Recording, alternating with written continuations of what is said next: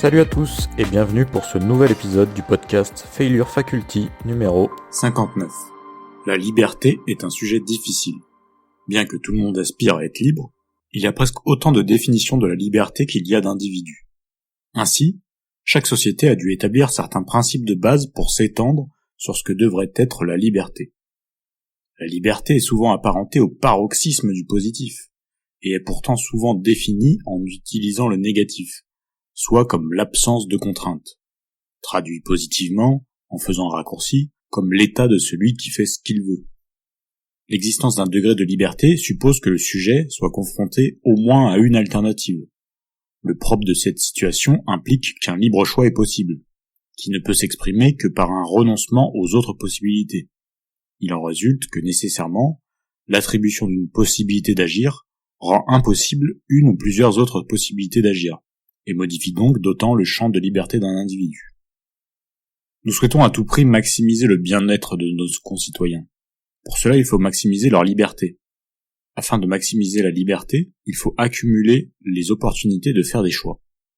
En continuant sur cette lancée, alors plus les gens ont de choix, plus les gens ont de liberté.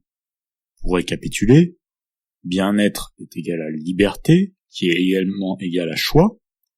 Donc plus de choix est égal plus de liberté, est égal plus de bien-être. C'est quelque chose que l'on prend pour acquis, quelque chose qui paraît logique de prime abord. Personne ne doit décider à ta place puisque tu es libre. C'est à toi de faire tes choix pour maximiser ton bien-être. Par contre, se pourrait-il qu'une multitude de choix épuise ton cerveau et te limite au lieu de te libérer?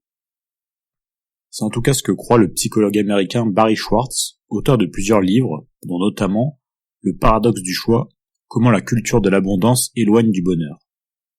Après avoir posé qu'il y a, bien évidemment, de nombreux avantages à la liberté et aux nombreuses possibilités que nous offre notre culture, il s'agit là d'amélioration dans les possibilités humaines et dans la possibilité d'être autonome et au contrôle de sa vie, Schwartz s'attarde au poids que cela fait reposer sur nos épaules et au côté pernicieux que cela renferme. Il s'interroge sur la croyance qu'avoir l'embarras du choix est une garantie de liberté individuelle, donc de satisfaction. Il démontre ensuite qu'avoir trop de choix peut être néfaste pour notre bien-être. D'abord, parce que cela peut provoquer la paralysie de l'action.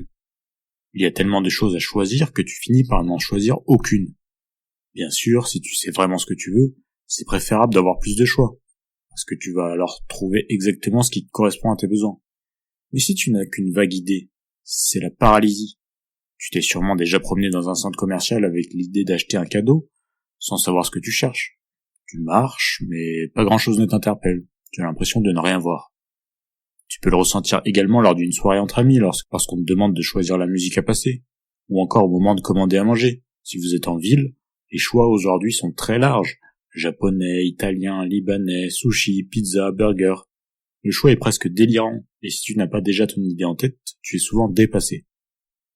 Ensuite, si tu passes par-dessus cette paralysie, avoir trop de choix conduit souvent à prendre de mauvaises décisions.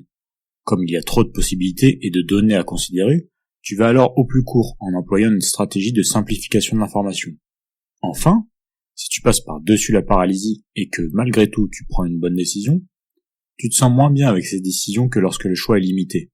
Si le contexte change un peu par rapport au moment de la décision, on a vite fait de repenser à cette dernière à avoir des remords, à presque la regretter plutôt que d'avancer. Faut-il alors réduire l'éventail des possibles pour être heureux? En tout cas, ce n'est certainement pas ce que les industriels et les médias souhaitent nous voir faire. Que la liberté soit physique ou métaphysique, elle apparaît comme relevant davantage de l'idéal que de l'idée définie. Elle demeure un concept indéterminé, mais qu'il est nécessaire de présupposer pour parvenir à maintenir l'idée de responsabilité. Sans le concept de liberté, plus à répondre de soi, et la fatalité peut devenir une excuse à ce que tu es. La liberté n'est pas un choix, elle est un état de fait, une nécessité. On ne peut pas ne pas être libre, sinon toute idée de responsabilité disparaît. La petite citation de Rousseau pour finir. La liberté consiste moins à faire sa volonté qu'à n'être soumis à celle d'autrui. Elle consiste encore à ne pas soumettre la volonté d'autrui à la nôtre. Et toi, penses-tu être libre? Ne t'imposes-tu pas toi-même des blocages ou des contraintes dans tes choix?